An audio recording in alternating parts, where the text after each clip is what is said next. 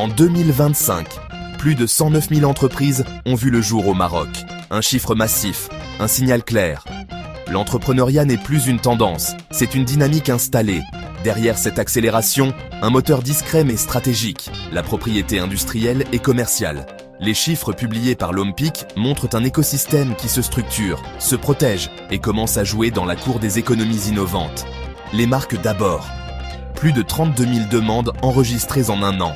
Près de 7 sur 10 viennent d'entreprises marocaines. Cela signifie une chose simple. Les acteurs locaux ne se contentent plus d'exister. Ils veulent se différencier, se positionner, durer. La chimie, la pharmacie, les services aux entreprises tirent à la dynamique. Ce sont des secteurs à valeur ajoutée, pas de simples activités de survie. Côté innovation, les brevets confirment le mouvement.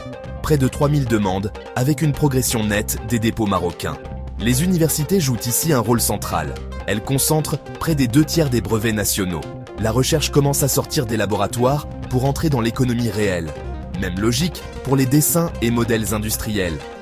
Plus de 6000 dépôts, majoritairement marocains, dominés par les emballages. Là encore, on parle de compétitivité, de design, de capacité à vendre mieux sur des marchés de plus en plus concurrentiels. Cette dynamique se traduit concrètement. 138 000 certificats négatifs délivrés et plus de 109 000 entreprises effectivement créées. Une hausse de près de 15% en un an.